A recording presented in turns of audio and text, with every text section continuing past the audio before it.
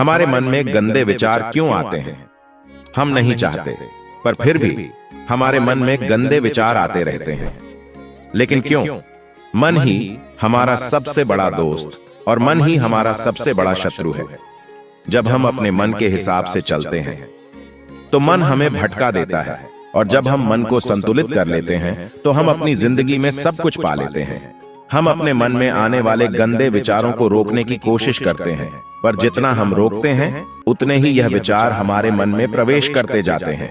आप जिस चीज से जितना दूर भागोगे उतनी ही वह चीज आपके पास आएगी। इसीलिए उसे चीज से भागो मत, बल्कि उस चीज पर संतुलन कायम रखो। एक बार एक युवक गौतम बुद्ध के पास आया और गौतम बुद्ध से बोला, हे बुद्ध, मेरे मन में इतने गंदे विचार क्यों आते हैं? मैं नहीं चाहता कि मेरे मन में गंदे विचार आए, पर मेरे मन में हमेशा काम वासना के ही विचार चलते रहते हैं और मैं इनके बारे में सोच सोचकर बहुत परेशान हूँ। मेरी ऊर्जा और समय यह सब सोचने में ही नष्ट हो जाते हैं, और यह सब विचारों की वजह से ही है। मैं कभी कभी शांत नहीं रह पाता और मैं हमेशा ही स्त्रियों को देखकर मोहित हो जाता हूँ। मैं अपने आप को रोक ही नहीं पाता। बुद्ध मुस्कुराए और उन्होंने उसे युवक से पूछा, क्या तुम्हें पता है कि यह काम वासना होती क्या है? फिर लड़के ने उत्तर दिया और कहा, बुद्ध, मुझे तो नहीं पता कि काम वासना क्या होती है, परंतु हाँ, यह जो भी है बहुत बुरी चीज है। फिर बुद्ध ने उसे युवक से कहा, सबसे पहले तो तुम्हें यह समझना है कि प्राकृतिक रूप से जो भी चीज हमारे अंदर है वह बुरी नहीं है।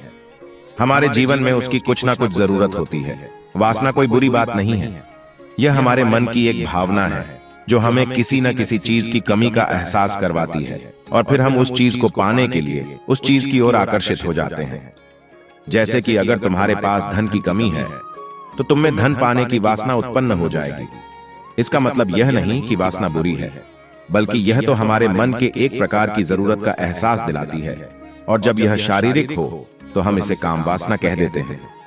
युवक ने गौतम बुद्ध से कहा, बुद्ध, मुझे काम वासना का मतलब तो समझ में आ गया, पर आप मुझे यह बताइए कि यह आती कहां से है और कैसे आती है?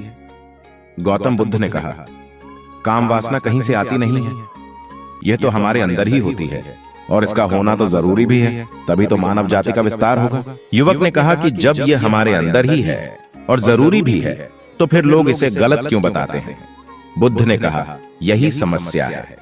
लोगों ने काम वासना को गलत तरीके से सोच लिया है। इसे छुपाने की और दबाने की कोशिश करते हैं। काम वासना गलत नहीं है, बल्कि काम वासना का गलत तरीके से प्रयोग करना गलत बात है। लोग जिसे पसंद करते हैं उसी के लिए जीने लग जाते हैं और उसके बारे में हमेशा सोचते रहते हैं, पर यह सब गलत है।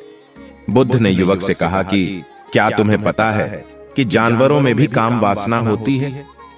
युवक ने उत्तर दिया, हाँ बुद्ध, जानवरों में भी काम वासना होती है, क्योंकि जानवर भी तो आखिर अपनी पीढ़ी को आगे बढ़ाना चाहेंगे।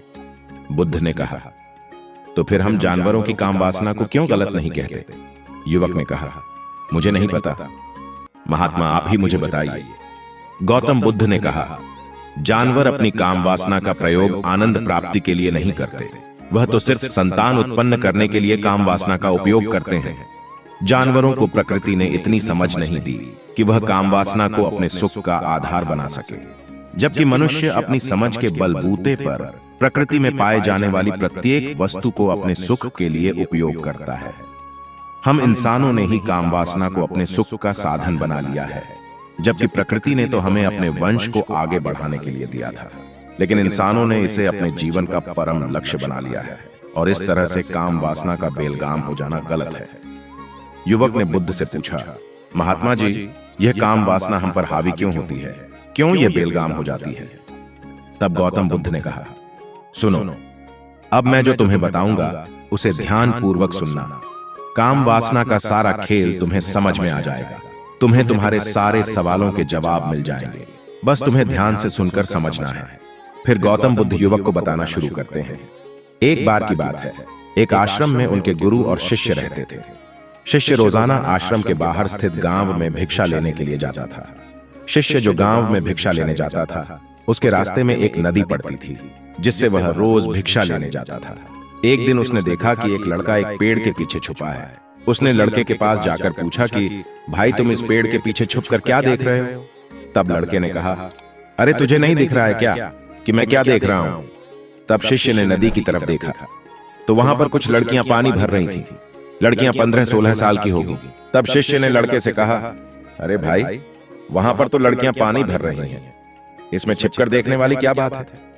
तब वह लड़का शिष्य की तरफ देखकर उसे कहता है, अरे पागल, तुम्हें दिखाई नहीं दे रहा है क्या कि वह परियां कैसे नदी से पानी निकल रही हैं?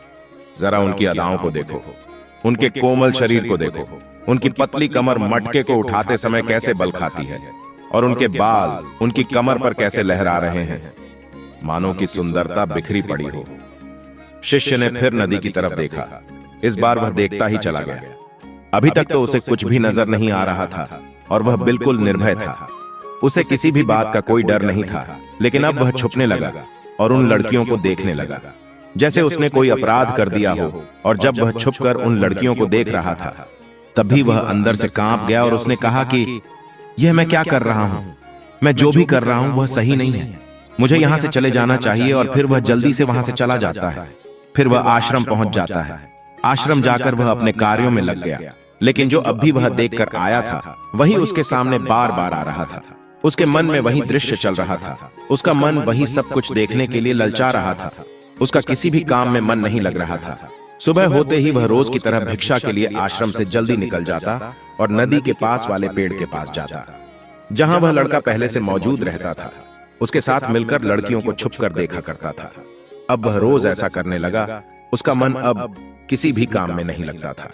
वह हमेशा किसी न किसी प्रकार के विचारों में उलझा रहता था। वह आश्रम के कार्य को भी ठीक ढंग से नहीं कर पा रहा था। न वह ठीक से सो पाता था और ना ही वह ठीक से खा पाता था। उसका मन बेचैन सा रहता था। उसका मन बार बार उन लड़कियों के सौंदर्य को देखने के लिए ललचाया करता था। जब गुरु शिक्षा देते थे तब भी उसका मन कहीं और विचारों में खोया रहता था। गुरु ने अपने शिष्य की इन हरकतों को देखा। तब एक दिन गुरु ने शिष्य को अपने पास बुलाया और कहा कि आज से मैं भी तुम्हारे साथ भिक्षा मांगने के लिए चलूंगा। तभी शिष्य गुरु को मना करते हुए बोला, नहीं नहीं गुरुदेव, आप परेशान क्यों हो रहे हो? मैं अकेले ही ठीक से भिक्षा मांग सकता हूं। गुरु ने शिष्य से कहा, ठीक है, तुम अकेले ही भिक्षा मांगने चले जाना। ऐसा कहने के बाद शिष्य भिक्षा मांगने के लिए निकल गया। शिष्य के जाने के बाद गुरु भी आश्रम से निकल गए और शिष्य का पीछा करने लगे कि वह कहां जाता है, किससे मिलता है। यह सब देखने के लिए उसके पीछे पीछे चलने लगे। थोड़ी दूर जाने के बाद गुरु ने देखा कि उनका शिष्य एक लड़के के साथ पेड़ के पीछे अपराधी की तरह छुपा हुआ है और छिपकर कुछ देख रहा है। गुरु भी अपने शिष्य के पीछे जाकर खड़े हो गए, यह देखने के लिए कि आखिर उनका शिष्य क्या देख रहा है, जिसके लिए वह पेड़ के पीछे अपराधियों की तरह छुपा पड़ा है। गुरु ने देखा कि उनका शिष्य पेड़ के पीछे छुपकर लड़कियों को देख रहा है जो नदी से पानी भर रही है। तभी गुरु ने शिष्य से कहा, क्या तुम लड़कियों से भिक्षा लोगे? गुरु की आवाज सुनकर शिष्य का मन घबरा गया और उसके पसीने छूटने लगे। वह थर थर कांप रहा था, जैसे किसी चोर को चोरी करते समय रंगे हाथों पकड़ लिया हो। उसकी हालत खराब हो गई। वह कुछ भी नहीं बोल पा रहा था। वह लड़का जो शिष्य के साथ था वहां से भाग गया, जिससे शिष्य और भी घबरा गया था। उसके मुंह से कुछ टूटे फूटे शब्द ही निकल रहे थे। वह अपने गुरु से नजर मिलाने का साहस नहीं कर पा रहा था। गुरु ने शिष्य की ओर देखा और कहा, मेरा शिष्य तो निर्भय है, उसे तो किसी भी चीज का डर नहीं है, लेकिन यह क्या तुम तो डर के मारे कांप रहे हो? शिष्य ने गुरु से कहा, मुझे माफ कर दो, इसमें मेरा कोई दोष नहीं है। उस लड़के ने मुझे बहका दिया था, लेकिन मैं आपसे वादा करता हूं कि आज के बाद मैं कभी दोबारा ऐसा नहीं करूंगा। मुझे माफ कर दो। गुरुदेव ने कहा कि कोई बात नहीं, पर इस बात का तुम ध्यान रखो कि हम जैसी संगति करते हैं वैसा ही फल हमें प्राप्त होता है। हम जैसी संगति करते हैं उनके विचार हमारे अंदर प्रवेश करते हैं। इसीलिए अच्छी संगति करो ताकि तुम्हारे अंदर अच्छे विचार प्रवेश करें। फिर गुरु और शिष्य आश्रम लौट आए और फिर से आश्रम के कार्यों पर ध्यान देने लगे। उस शिष्य ने उस रास्ते को छोड़ दिया और दूसरे रास्ते से जाने लगा। वह अपने काम को ध्यान से करता था, लेकिन धीरे धीरे उसके अंदर क्रोध उत्पन्न हो गया और फिर वह दूसरे शिष्यों पर क्रोध करने लगा और बेचैन हो गया। अब वह सही समय पर भोजन भी नहीं करता था। वह भोजन भी बहुत कम खाता था। एक रात गुरु शिष्य के पास आए और उससे बोले कि तुमने मुझसे वादा किया था कि तुम अपने मन को नियंत्रण में रखोगे। अब तक तुमने कितनी बार अपना वादा तोड़ दिया है। यह सुनकर शिष्य अपने गुरु के चरणों में गिर गया और रोने लगा। रोते रोते ही उसने गुरु से कहा, गुरुदेव, मैं कई बार अपना वादा तोड़ चुका हूं, फिर वादा कर लेता हूं और फिर हर बार मैं अपना वादा तोड़ देता हूं। मेरा मन मेरे नियंत्रण में है ही नहीं।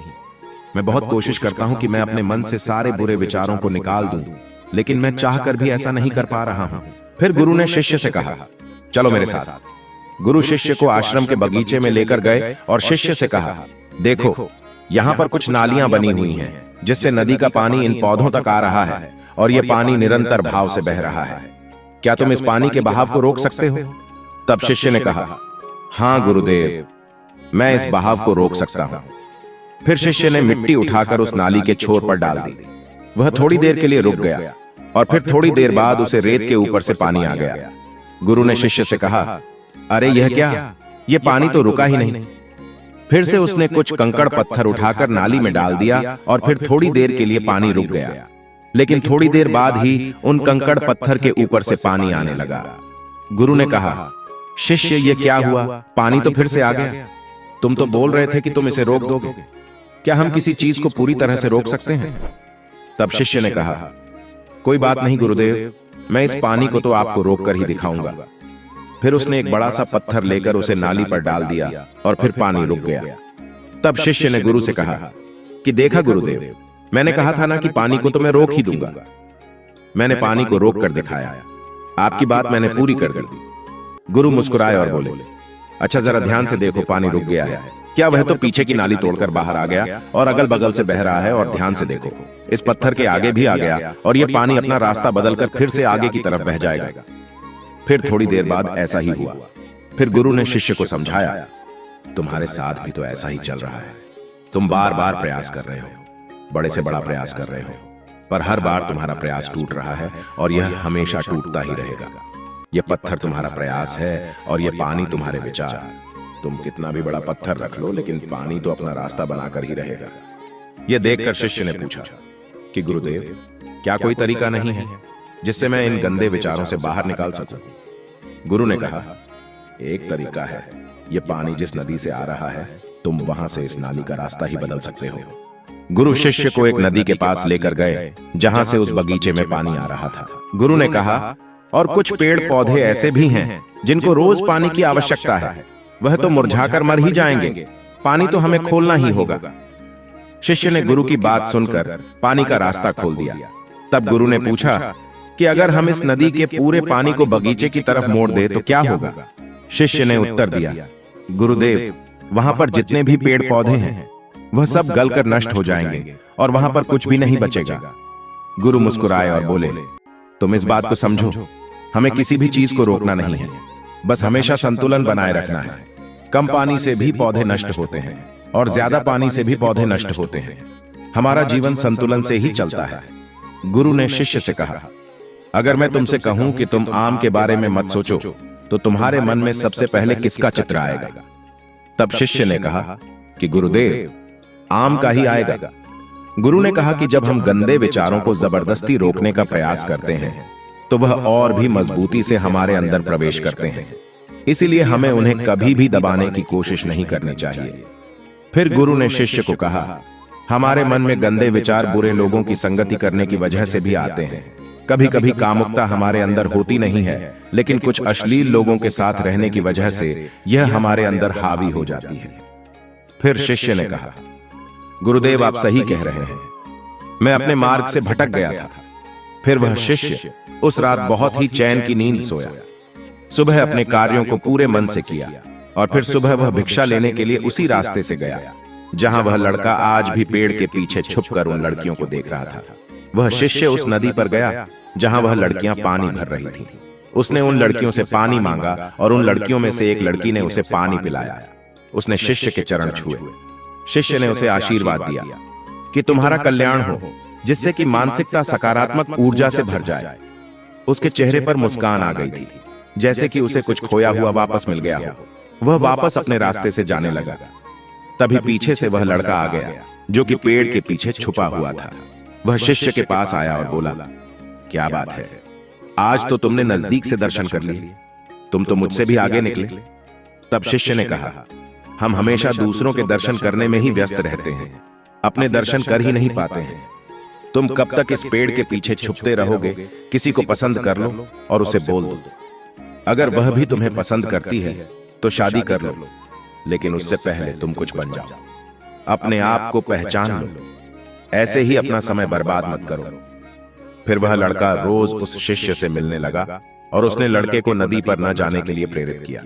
और फिर वह लड़का अपने जीवन में कुछ बनने के लिए संघर्ष करने लगा। तो तुमने देखा कि संगति का क्या असर होता है।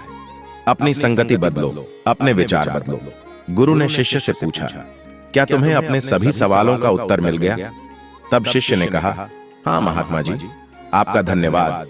तब गुरु ने शिष्य से कहा कि जब तुम्हारे मन में गंदे विचार आए तब तुम अपने आप को दोषी मत मानो।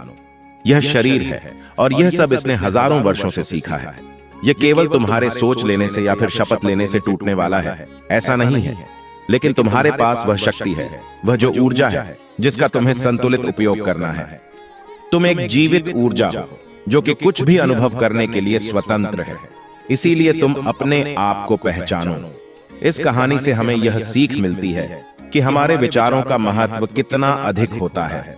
हमारे विचार ही हमारे भविष्य की दिशा को निर्धारित करते हैं। हमें सकारात्मक विचारों को अपने मन में पूरी शक्ति के साथ अपनाना चाहिए ताकि हम सही दिशा में आगे बढ़ सकें। तो दोस्तों, मुझे उम्मीद है कि आपको इस कहानी से कुछ ना कुछ सीखने को मिला होगा। अगर आपको कहानी पसंद आई हो तो वीडियो को लाइक जरूर करना और ऐसी ही कहानियों के लिए चैनल को सब्सक्राइब जरूर करना। तो चलिए दोस्तों, मिलते हैं अगले वीडियो में। तब तक के लिए अपना ख्याल रखें और वीडियो अंत तक देखने के लिए आपका बहुत बहुत आभार।